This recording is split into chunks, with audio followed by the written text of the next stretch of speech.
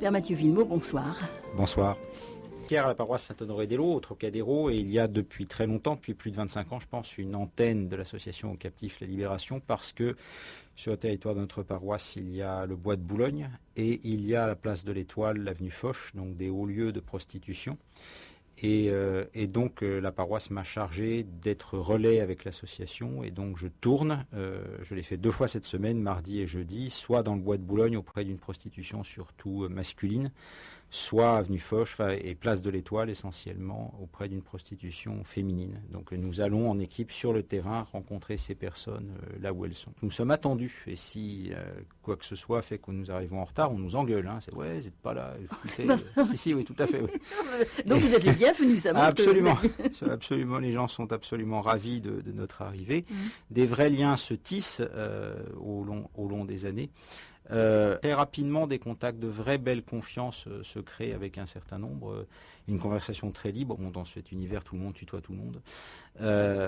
Non, c'est une vraie fraternité, oui, tout à fait. Méditer sur l'homme en général, méditer sur l'humanité, ce que c'est qu'être un homme, et pour ça, regarder non pas les vedettes, les hommes chez qui tout va bien, mais regarder l'humanité pauvre et blessée et dire l'humanité est encore là, elle est encore intacte chez ces gens-là.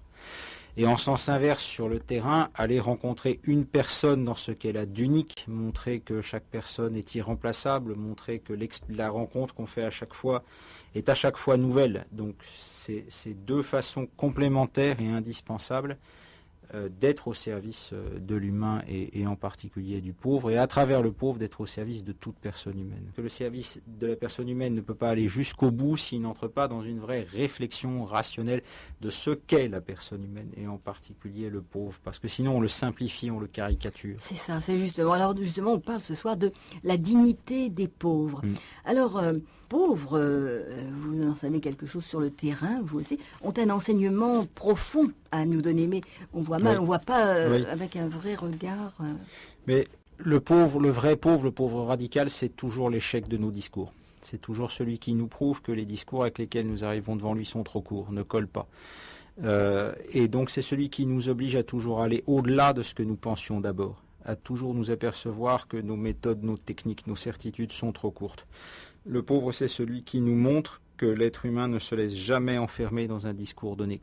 Et donc qu'il faut à chaque fois non pas cesser de réfléchir, surtout pas, mais réfléchir davantage, rouvrir à neuf la question qu'est-ce que l'homme.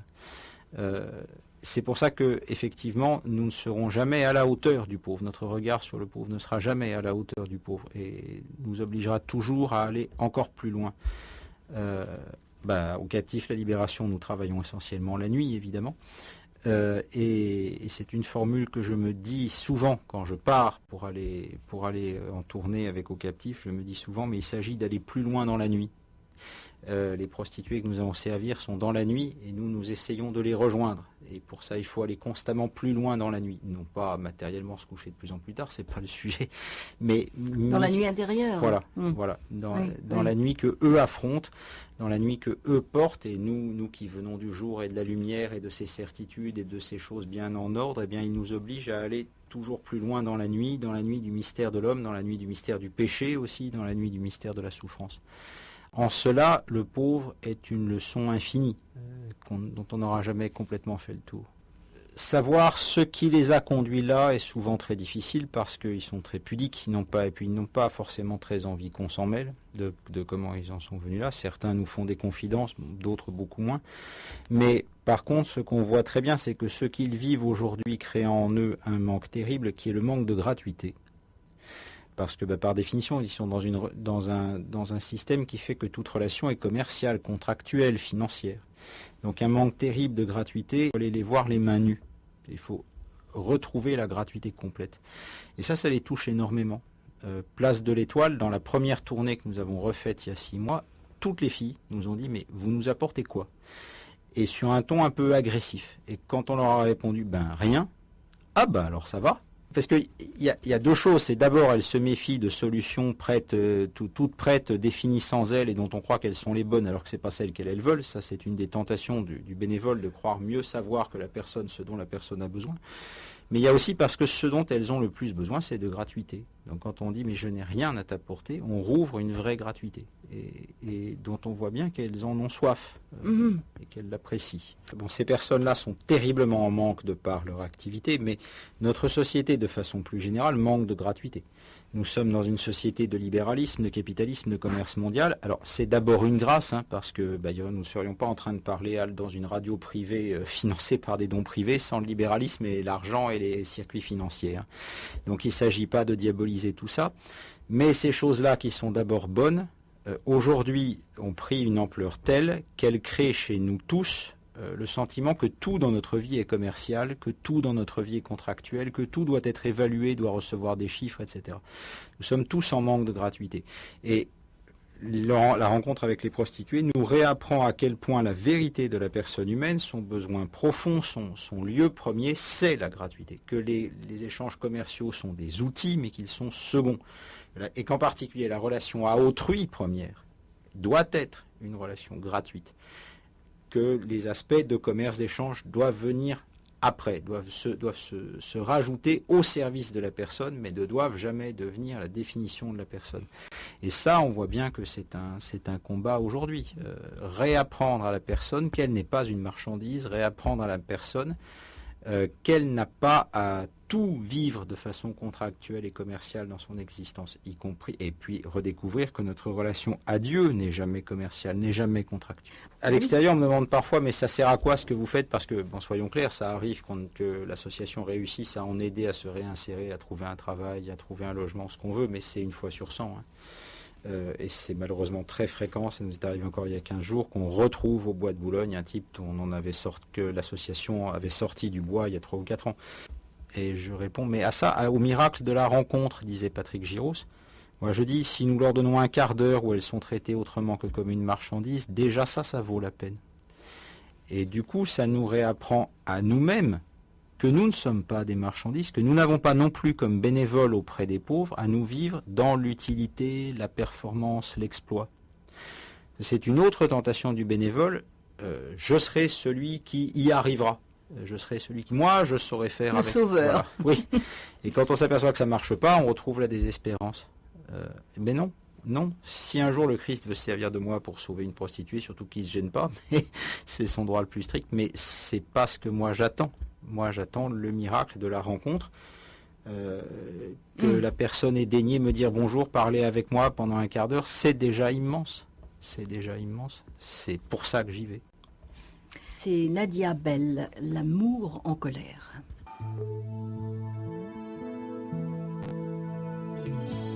Pourquoi vouloir la guerre? Par le feu, par le fer. Pourquoi tuer son frère pour un bout de frontière?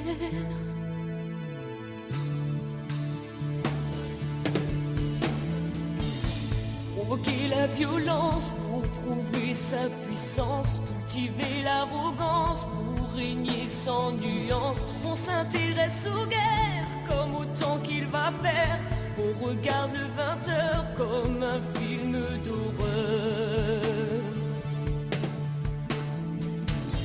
Instaurer la terreur, dirigée par la peur, crucifier le bonheur et semer le malheur, torturer par plaisir ceux qui n'ont rien à dire, affamer des enfants, les jeter dans des camps. J'ai le cœur qui se serre quand j'entends les combats. J'ai l'amour en colère quand résonne le glas. On inflige l'enfer à des millions de mères qui n'ont pas d'autres armes que leurs cris et leurs larmes.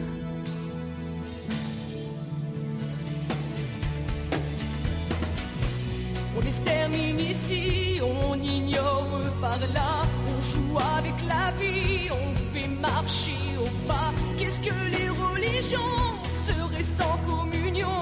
Est-ce qu'un monde idéal se construit par le mal?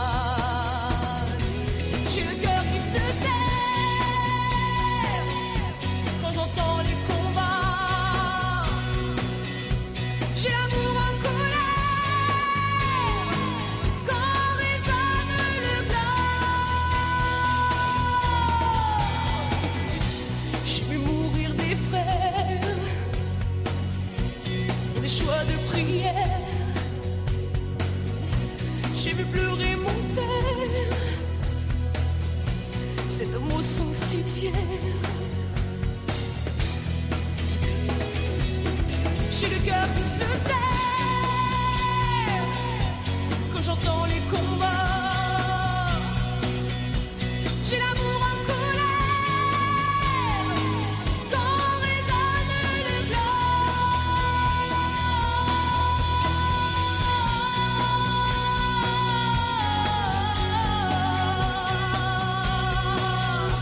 J'ai le cœur qui se serre quand résonne le glas.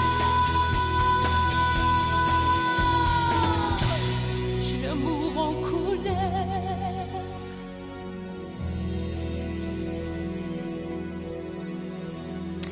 Nadia Bell, l'amour en colère, vaut mieux avoir l'amour en colère que l'indifférence. Sans aucun doute, oui. Sans aucun doute, oui, oui.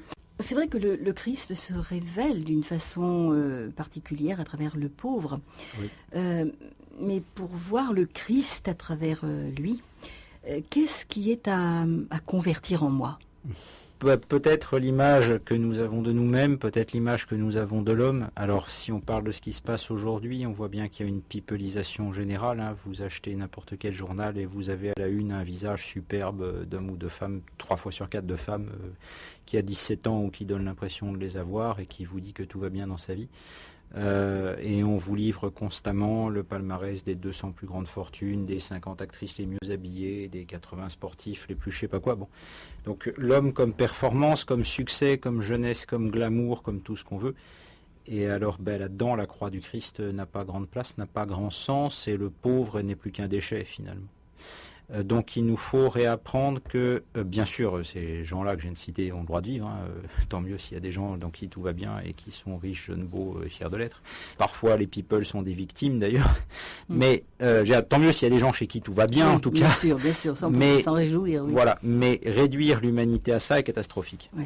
Pour tout le monde, même pour ces gens-là justement, parce que le drame, prenons la top modèle, le drame de la top modèle, c'est qu'elle sait très bien qu'elle a dans le dos le compte à rebours du jour où elle sera trop vieille et qu'une gamine plus jeune qu'elle viendra la remplacer, et donc elle va constamment essayer de rester à hauteur du fantasme qu'on a fabriqué sur elle, parce que le jour où elle en déchoit, elle n'est plus rien. Et véritablement plus rien, on la connaît plus dans la rue, et bon, on sait bien que certaines d'entre elles, pas toutes heureusement, finissent fort mal. Donc il faut rouvrir le fait que dans la personne humaine, sa part de pauvreté, sa part d'échec, sa part de faiblesse fait partie de sa dignité, fait partie de sa grandeur. Donc sa part crucifiée, sa part de chemin de croix fait partie de sa grandeur. Il faut certainement rouvrir ça, y compris en soi-même, pour redécouvrir comment le Christ et le Christ crucifié est notre sauveur et celui du pauvre aujourd'hui. C'est pas d'emblée ce qui. Tout à fait, on la cache, on la dénie. Ça c'est absolument exact. L'idéologie du jeunisme, c'est exactement ça. Il faut avoir l'air d'avoir 17 ans toute sa vie et tout faire pour ça, cosmétique, chirurgie esthétique, photoshopage, enfin tout et n'importe quoi, qu'on ne voit pas que je n'ai plus 17 ans. C'est absurde. Et alors ce qui est extraordinaire dans ce système-là, c'est que personne ne nous dit à quoi ça sert. Il faut avoir les 17 ans, et quand on dit au fait pourquoi, ah non, il faut, c'est tout. Ben oui, mais non, quoi. Enfin, il y a une véritable grâce à vieillir. Il y a une grâce de la jeunesse, très bien, mais il y a aussi une grâce à 45 ans, il y a aussi une grâce à 80 ans, il y a aussi une grâce des centenaires.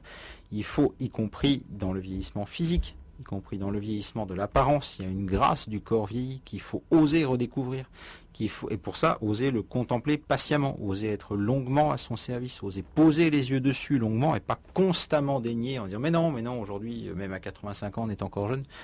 Ce qui ne veut rien dire et écrase la personne sous un fardeau inutile.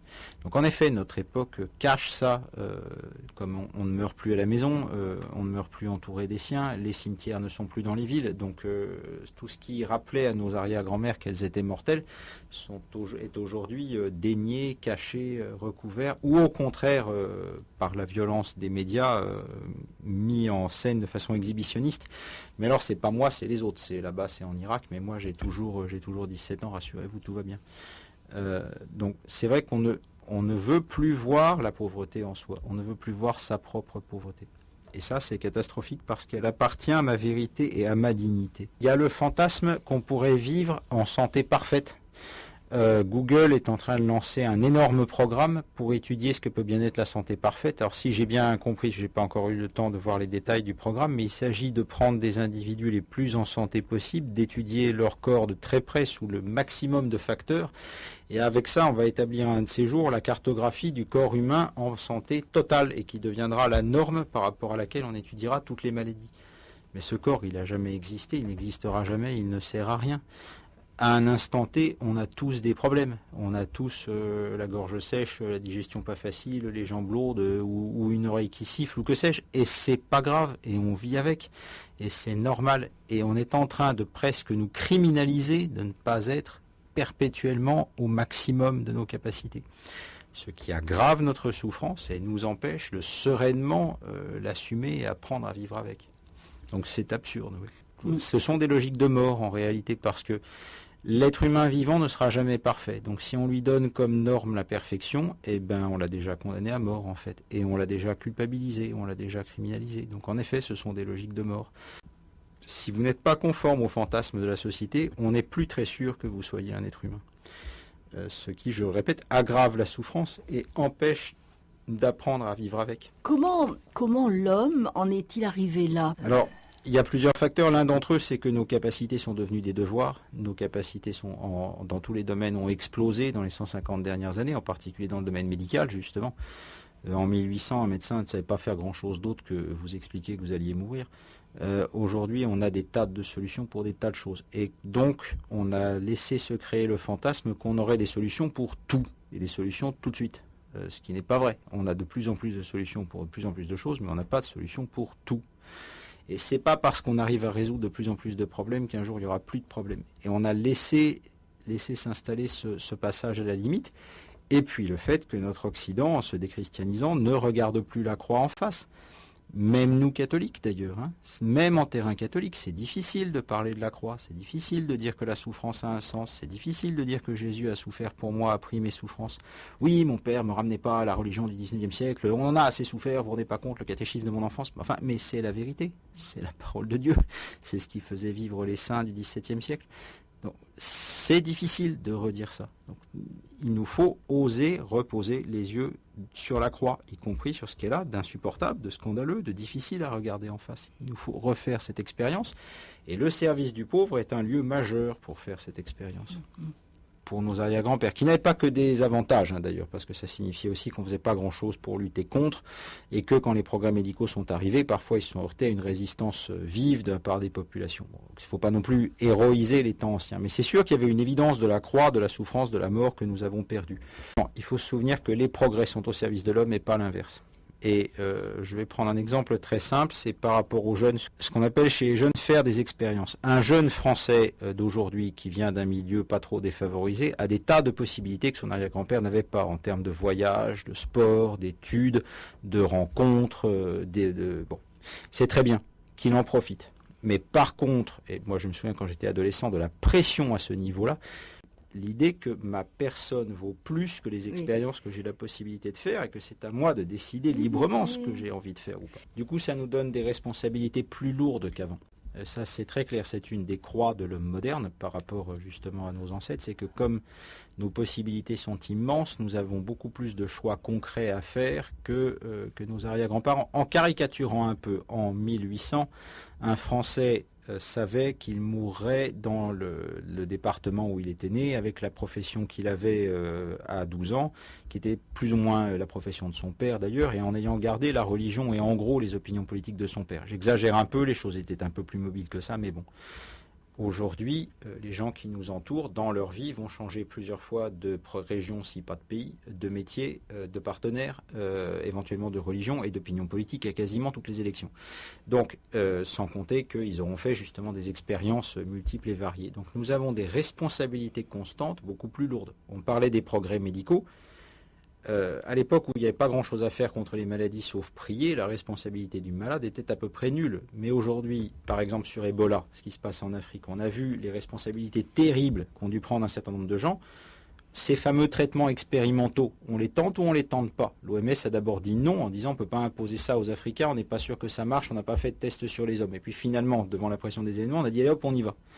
Ça a un peu marché, moins que prévu. On découvrira peut-être demain qu'il y a eu des effets secondaires terribles, il y aura peut-être des procès d'assurance monumentaux, on n'en sait rien. Des gens ont pris des responsabilités très graves.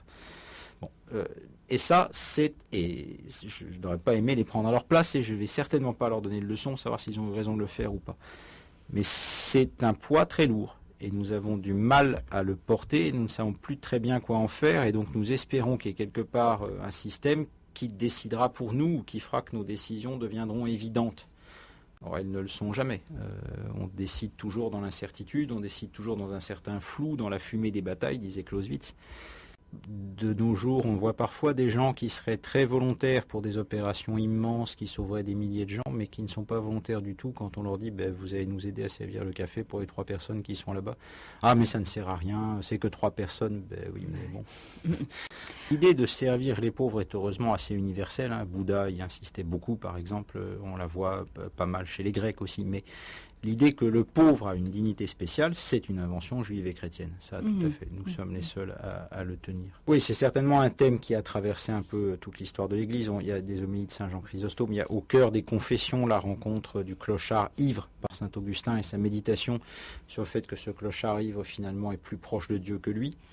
Mais moi, j'ai été profondément marqué par 2 textes en particulier. Il y a d'abord une homélie du jeune Bossuet, pas encore évêque. Il a besoin d'argent pour une fondation pour des jeunes femmes qui se sont prostituées ou qui risquent de se prostituer. Et il prêche sur un sermon qui s'appelle « L'éminente dignité des pauvres dans l'Église ». Et où il dit que c'est seulement les yeux de l'intelligence de la foi qui peut découvrir qui sont les pauvres. Il ne suffit pas d'ouvrir sur les pauvres les yeux de la chair, il faut les considérer par les yeux de l'intelligence guidée par la foi. Donc le pauvre comme objet de foi. Nos méthodes d'analyse, nos méthodes des sciences humaines, de sociologie sont indispensables, mais elles ne vont pas à la racine du problème. La pauvreté est une question de foi. Et qui, à la fois, simultanément, il faut la foi pour découvrir le pauvre, et le pauvre va me faire grandir dans la foi. Ce qui veut dire un rapport qui n'est pas seulement technique d'assistanat, mais un rapport mystique, un rapport de contemplation. Et dans cette ligne-là, un autre texte qui m'a beaucoup marqué, du général des jésuites Pedro Arrupe, qui a démissionné au début des années 80, et qui disait « Le Dieu mystérieux se fait davantage mystère dans l'image dépouillée du pauvre ». Il écrit ça à ses frères jésuites qui sont en train de plus ou moins s'égarer dans la théologie de la libération, de penser que le service des pauvres, c'est la révolution, l'action armée, la lutte politique et autres. Il dit non. Le service du pauvre, c'est découvrir la présence du Dieu mystérieux dans le mystère du pauvre. Pourquoi? Quelle est l'idée sous-jacente à des déclarations de ce genre? Si, comme le fait notre époque actuelle, vous regardez les hommes parfaits, les people, les hommes chez qui tout va bien, ou dont on nous dit que chez eux tout va bien, vous faites de l'homme une idole. Et les hommes qui n'entrent pas dans cette catégorie-là ne sont plus des hommes, ne sont plus que des déchets. Et si vous dites que ce sont ces hommes-là qui sont image de Dieu, vous faites une idole de Dieu, au sens strict de l'idole de Dieu dans la Bible, c'est-à-dire un Dieu qui tient bien dans la main, un Dieu dont vous avez fait le tour, un Dieu que vous avez complètement compris, qui est bien conforme à vos plans, vos concepts, vos théologies, vos beaux discours. Alors que si vous allez prendre un embryon handicapé, si vous allez prendre un mourant comateux, si vous allez prendre un Africain atteint d'Ebola pour lequel on ne peut plus rien, si vous allez prendre un criminel récidiviste, et que vous dites voilà l'image de Dieu, et bien là vous avez un Dieu qui vous échappe des mains, vous avez un Dieu qui devient plus grand, qui redevient celui qui est toujours plus grand que tout ce que vous en direz. Donc il y a vraiment cette idée que qu'à la fois il faut poser l'homme comme image de Dieu pour comprendre qui est le pauvre, et il faut poser le pauvre pour comprendre davantage comment l'homme est image de Dieu. À la racine des deux, il y a le Christ. Le Christ qui était le plus pauvre de tous les hommes, et la parfaite, la véritable image de Dieu, la véritable révélation de Dieu comme mystère. Et c'est très frappant de voir que dans l'évangile de Jean, la phrase « Voici l'homme » que pose Pilate n'est pas devant Jésus glorieux, triomphant, le Jésus des miracles, le Jésus adulé par la foule, mais devant Jésus outragé, flagellé, vendu, abandonné quelques heures avant sa mort. C'est de lui qu'on nous dit « Voici l'homme ». Et c'est lui qui nous montre pleinement comment Dieu est Dieu. Voici l'homme, c'est d'abord, voici le type dont on parlait tout à l'heure. Mais derrière, il y a ce sens mystique que met Saint Jean, et voici la vérité de l'être humain. Pour un catholique, il y a évidemment ce que nous appelons la présence réelle dans l'hostie consacrée. Il y a la présence du Christ dans l'évangile proclamé à la messe. Il y a la présence du Christ dans la prière des frères, là où 2 ou 3 prient en mon nom, je suis au milieu d'eux, etc. Il y a une rencontre spéciale du Christ dans l'oraison personnelle aussi, que les grands mystiques ont pu nous décrire. Toutes ces présences du Christ sont indispensables. Et le Christ est toujours trop grand, toujours plus grand. Donc chacune de ces présences du Christ nous dit quelque chose de spécial de lui. Alors, dans l'hostie consacrée, j'ai Jésus ressuscité, qui est là, présent. Très particulièrement, j'ai l'idée que Jésus justement dépasse nos représentations parce que l'hostie c'est une image incroyablement pauvre du Christ. Et oui, complètement. Très étrange, très oui. dépouillé. Bon, donc le Christ qui dépasse nos représentations, le Christ qui aussi décide où il se rend présent parce que c'est bien lui qui a décidé souverainement qu'il serait présent dans l'hostie.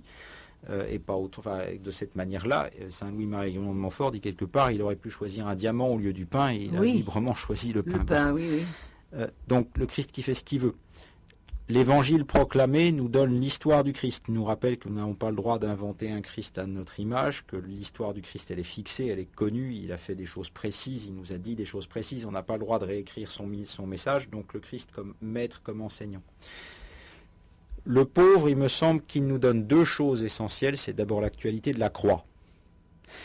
Je n'étais pas au pied de la croix historique sur laquelle Jésus est mort. Donc comment puis-je poser l'acte de foi qui était demandé ce jour-là? Eh bien devant le pauvre. Devant le pauvre, la croix elle est là, concrètement. C'est plus la croix rêvée, fantasmée, parlée, c'est la croix vécue. Mais le Christ qu'on ne peut pas retenir dans le pauvre. Ça me semble être la particularité, une des particularités majeures de la rencontre du pauvre et de la présence du Christ dans le pauvre. Alors en effet, toute rencontre du Christ me révèle à moi-même ma propre pauvreté. Il n'a cessé de le dire et de le vivre, le Christ. Il s'est toute sa vie entouré de la racaille, de la lie de la société. Et rencontrer le Christ, c'est rencontrer aussi sa propre pauvreté. Et là aussi, le service du pauvre est très important parce que le service du pauvre comporte une part d'échec. Puisque on a beau depuis des siècles servir la pauvreté à Paris, il y a toujours des SDF. On a beau depuis des décennies nous chercher des politiques sur l'immigration, il y a toujours des immigrants sans papier. On a beau depuis 150 ans avoir des progrès magnifiques en médecine, il y a toujours des gens qui meurent dans les salles de réa ou des Africains qui meurent d'Ebola dans des conditions atroces. Donc le pauvre me remet moi en face de ma pauvreté, de mon échec, du moment où mes solutions ne marchent plus ou pas assez. Du moment où tout reste à faire, j'allais dire.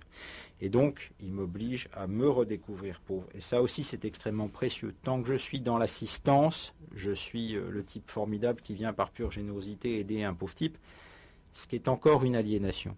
C'est quand je découvre que je n'y peux plus rien, que je redeviens pauvre frère du pauvre. Et ça, c'est quelque chose d'extrêmement précieux. C'est l'idée des mains nues de Patrick Giros. Si on se met dans la situation de celui qui est dans l'obligation de demander, c'est profondément humiliant. Une perte d'autonomie, c'est une honte, c'est une perte de liberté. Donc si l'individu en face dit « Ah, mais que vous avez la chance de m'avoir rencontré parce que moi, je suis la solution à votre problème », il aggrave, même avec bonne volonté, cette aliénation. Donc au contraire, reconnaître « Mais je n'y peux rien, j'ai les mains nues » et le montrer ouvre à une fraternité. Le totalitarisme, c'est quel que soit votre problème, je suis déjà la solution, quitte à ce que la solution soit de vous exterminer, mais je suis déjà la solution. Non, l'humilité chrétienne, il y a quelque chose dans ta situation qui est de l'ordre du mystère, face auquel je ne peux rien sauf contempler humblement. L'humilité est la porte de la charité, ça c'est clair. Il est essentiel de servir les pauvres matériellement avec les moyens que nous avons. J'étais malade et vous m'avez visité, j'avais faim, vous m'avez donné à manger, dit le Christ. Mais ça ne suffira jamais. On ne supprimera jamais la faim, on ne supprimera jamais les maladies. Et donc, il faut aussi oser aller plus loin. Si on ne veut pas tomber dans la désespérance de se dire que le service des pauvres ne sert à rien, il faut oser aller plus loin vers une contemplation du pauvre gratuite. Et ce qui fait que même quand on n'a plus rien à faire, eh bien, il est encore capital d'être auprès du pauvre. Porter quelque chose, mais dans le miracle de la rencontre. Alors, c'est vrai que ça apporte beaucoup. L'amour, il est dans la rencontre même, c'est pas moi. Je fais redécouvrir à la personne qu'elle est aussi capable d'aimer gratuitement. Quand elle me manifeste de la sympathie, elle redécouvre qu'elle est capable d'amour gratuit et pas seulement du rapport marchand. Il y a une tentation forte chez les bénévoles qui est de croire qu'ils savent ce dont la personne en face a besoin. On arrive avec des besoins prédéfinis. Une expérience qu'on fait tous, c'est que les besoins réels des pauvres ne sont pas forcément ceux qu'on avait prédéfinis pour eux. Et que souvent, l'aide qu'on leur offre, ils n'en veulent pas. Alors même qu'objectivement, par exemple, combien de fois on voit les pauvres jeter la nourriture qu'on leur donne? Alors on a envie de dire, mais enfin, il y a 3 jours qu'il n'a pas mangé, je lui apporte un vrai bon repas, il n'en veut pas. Bah oui, il n'en veut pas. Pourquoi? Parce que c'est un homme libre, figurez-vous, qu'il a le droit de vous dire non. Ouais. Ah mais il se met en danger. Bah oui, mais voilà. Donc c'est vrai qu'il faut prendre le temps de découvrir, mais où en est la personne devant moi, qu'est-ce qu'elle attend de moi, qu'est-ce qu'elle veut de moi, pour dépasser ces a priori que nous avions sur elle et dépasser l'envie que nous avons de nous rendre utile, le besoin compulsif que nous avons de nous rendre utile et efficace. Réapprendre de l'autre ce que lui nous demande et qui souvent est décalé par rapport à ce qu'on lui offrir. Et nous, serviteurs inutiles, quelque part, hein, c'est ça, comme dit Jésus. Tout à fait, le Christ nous traite de serviteurs inutiles et quand on va suffisamment loin dans la rencontre du pauvre, on s'en rend compte que ça n'est plus dans l'ordre de l'utilité. Ça n'est plus dans l'ordre de l'utilité et c'est une grâce que ce ne soit plus dans l'ordre de l'utilité. Mère Teresa n'a jamais guéri un lépreux. Elle n'a fait qu'être là à côté d'eux quand ils mouraient. Et donc c'est totalement inutile. On n'aurait pas trouvé une seule sécurité sociale au monde pour financer ça. D'ailleurs, elle ne le souhaitait pas. Et en même temps, c'est une figure qui a eu un rayonnement immense, loin au-delà des frontières du christianisme, parce qu'elle était là. Elle témoigne de ça, de cette gratuité de la présence, quoi. Tout à fait. Comment discerner vers quel pauvre aller? Personne n'est capable de tout. On ne peut pas tout faire. Et il faut être soigneusement à l'écoute de ses vraies capacités. Par exemple, donc moi ces temps-ci j'ai l'honneur de servir les prostituées, je ne dirai jamais que tout le monde devrait s'y mettre. Il y a des gens qui n'en sont réellement pas capables, y compris parce qu'ils ont des préjugés sociaux dont ils savent qu'ils ne les dépasseront pas. Il vaut mieux qu'ils aient l'honnêteté de le dire, voilà mon père, les prostituées ne me le demandaient pas, je n'y arriverai pas. Il faut avoir cette humilité-là. Ça c'est une première chose. Personne n'est capable de tout. Et un certain discours que vous citez, ah mais si tu priais assez, il y a longtemps que tu serais capable d'aller au Cambodge faire du déminage comme les autres. Non, bien sûr que non. Bien sûr que non. Comment? C'est des discours surhumains, c'est pas des discours chrétiens, ça. Donc il faut soigneusement écouter vos limites, soigneusement découvrir vos pauvretés pour savoir comment aujourd'hui vous pouvez servir les pauvres. Donc n'ayez pas peur de la manière dont vous êtes au bout du rouleau. Écoutez-vous là. C'est sur le lieu de votre pauvreté à vous aujourd'hui que le Christ va vous remettre à sa manière. Dans le pauvre, il y a l'actualité de la croix. Je suis devant le pauvre radical, je suis vraiment comme les apôtres au pied de la croix, y compris devant le scandale, l'incompréhension. Comment est-ce que c'est possible? Comment est-ce que être au bout du rouleau dans le service des pauvres est une expérience commune, normale, mais j'allais même dire ça prouve qu'on est enfin vraiment au service des pauvres d'ailleurs. J'ai entendu Jean Vanier dire devant une salle pleine de milliers de bénévoles de l'Arche, cette association qui s'occupe d'handicapés qu'il a fondée à l'époque où j'étais en stage, et dire, c'est pas son vocabulaire mais c'était vraiment ça l'idée, tant que tu ne te seras pas planté devant ta glace pour dire que t'en as marre et qu'ils t'emmerdent, tu ne les aimeras pas. Tant qu'on en est à dire, ah mais les pauvres, moi j'ai pas de problème, je maîtrise, je sais faire, j'ai l'habitude, on les rêve. On les rêve. Le jour où on a rencontré le pauvre dans sa vérité. J'en peux.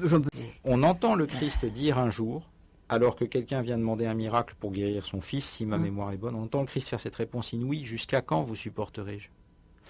Alors, la demande que pose cet homme est légitime. Et le Christ en a guéri 100 des enfants. Et d'ailleurs, il finit par le guérir, cet enfant-là. Mais il passe par le ras-le-bol. Ça appartient à la vérité du service du pauvre que, bien évidemment, ça suffit.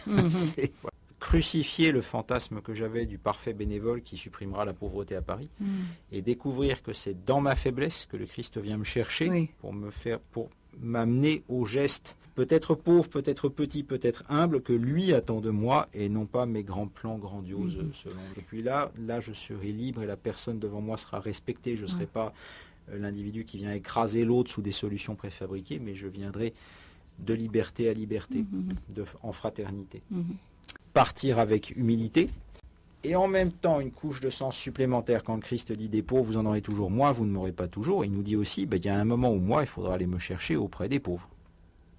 Donc il s'agit du moment où Marie-Madeleine lui lave les pieds eh bien le Christ est en train de dire, me laver les pieds à moi physiquement, vous n'allez plus pouvoir le faire très longtemps, puisque dans quelques jours je serai mort, ça se passe quelques jours avant la Passion, et il faudra aller laver les pieds des pauvres, ce que l'Église fit. Moi je ne serai plus là, mais eux, vous faites au plus petit d'entre mes frères, c'est à moi que vous le faites, c'est la manière dont Saint Jean nous dit cette phrase. Parce que le Christ, dans Saint Jean, a une dénonciation très ferme de ce qu'il appelle les bergers mercenaires, qui ne sont pas le vrai pasteur. Le vrai pasteur sert ses brebis gratuitement, et il sert autant, d'ailleurs c'est un des critères du vrai pasteur, la brebis blessée.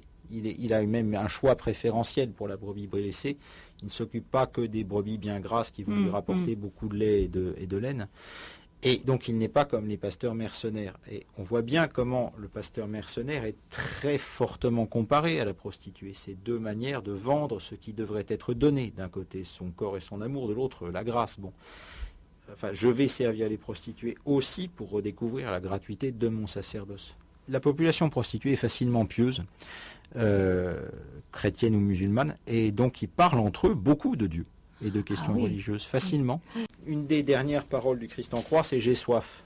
Alors là aussi, c'est un énoncé à double tranchant. D'abord, comme quand on souffre, il a soif physiquement.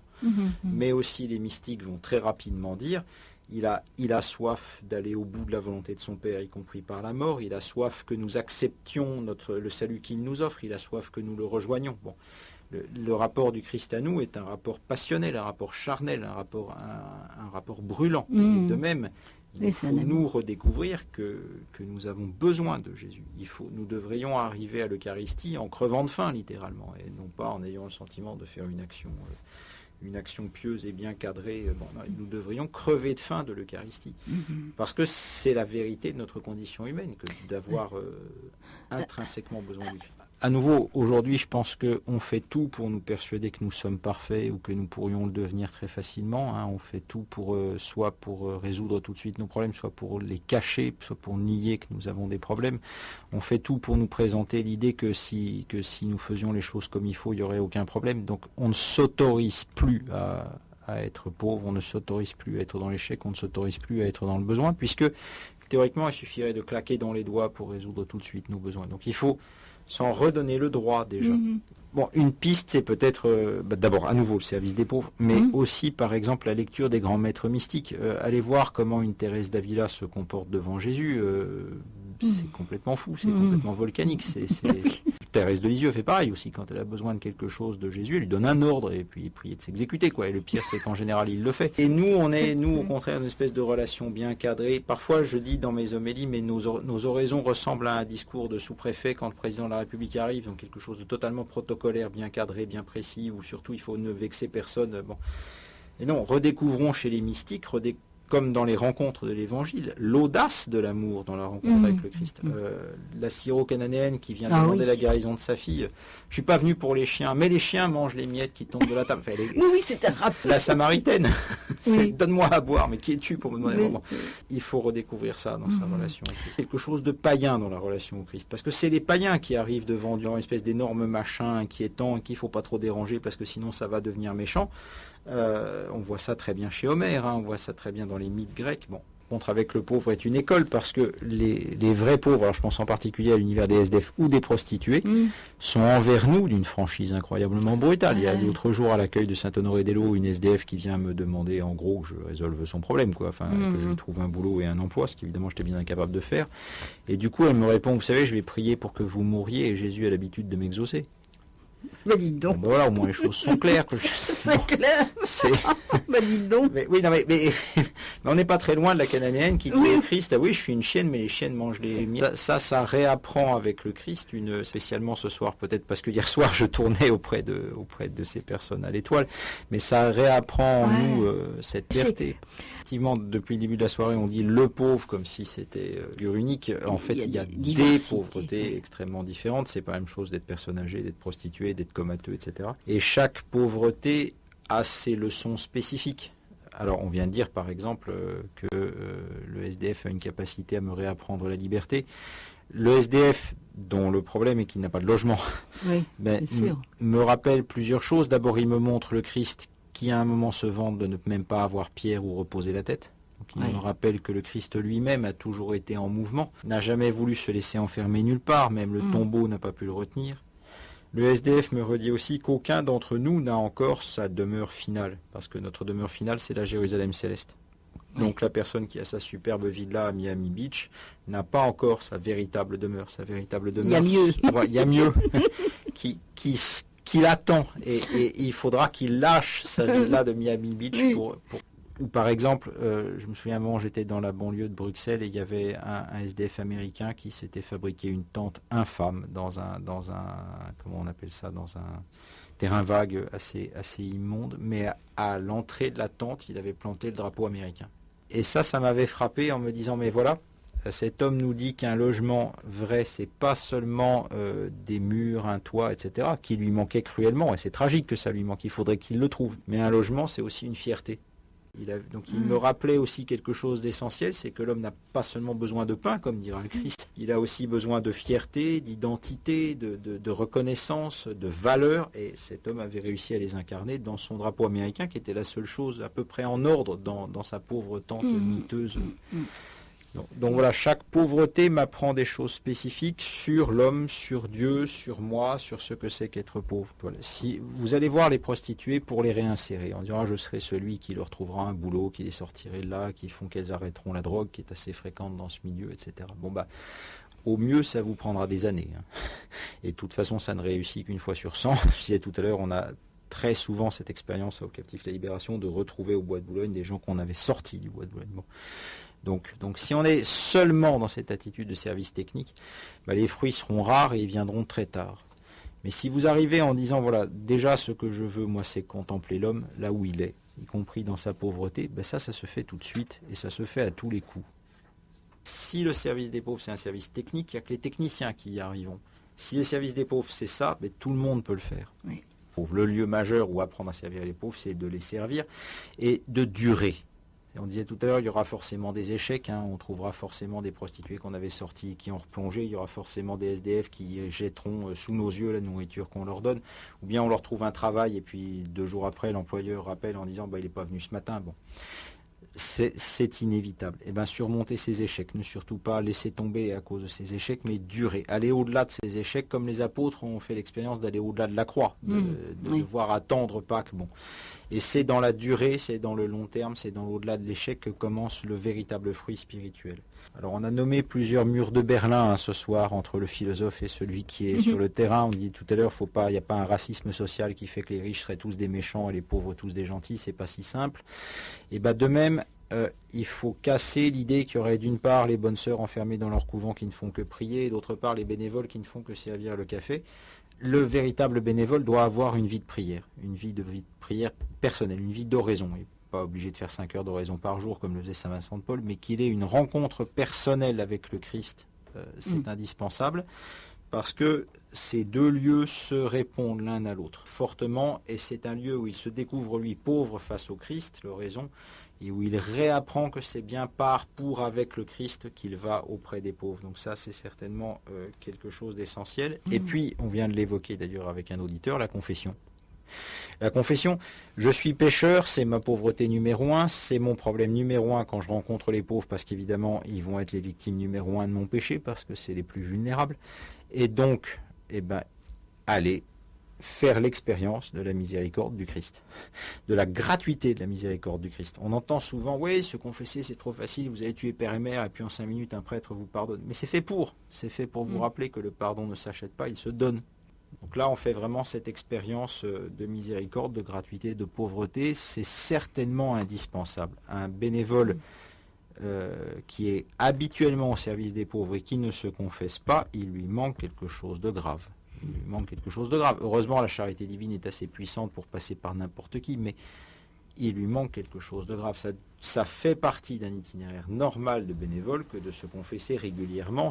Dieu m'aime non pas pour ce que je vais faire pour lui, parce que ça lui apportera jamais rien. Dieu m'aime parce qu'il prend plaisir à m'aimer, point. Et de même, face aux pauvres, quand on va voir les prostituées, il ne faut pas se dire « mais je les aimerai à condition que je les réinsère, sinon alors j'ai vraiment rien à faire auprès des prostituées, vu le peu que je réinsérerai. » Mais allez les servir pour l'honneur de les servir. Allez les servir parce qu'ils méritent d'être servis, point. Allez les servir parce que le Christ nous demande de les servir, point. Et là, je découvre quelque chose de la manière dont Dieu m'aime, d'un amour qui n'attend pas de résultat. d'un amour qui ne s'est pas fixé d'objectif, de plan quinquennal, d'un amour qui donne pour le plaisir de donner. Aider la personne à découvrir que le Christ est là, ça c'est quelque chose que nous disons très souvent sur le terrain, que je dis aujourd'hui aux prostituées, je le disais avant quand j'étais aumônier d'hôpital aux mourants, je l'ai dit à d'autres moments, à d'autres populations. Le Christ est déjà là. Je ne suis pas celui qui vient apporter le Christ là où il n'était pas, j'en suis parfaitement incapable. Il n'y a que le Père qui est capable de mettre le Christ là où le Christ n'est pas. Je suis celui qui vient dire, mais regardez, il est déjà là. Il est là, dans l'expérience de Jacob, Dieu était là et je ne le savais pas. L'expérience de Marie-Madeleine à la résurrection, et le Christ est là, elle ne le reconnaît pas, ou bien les pèlerins d'Emmaüs. Le Christ est déjà là, mais on ne le reconnaît pas. Donc être celui qui dit, mais regardez, il est là, quoi qu'il arrive.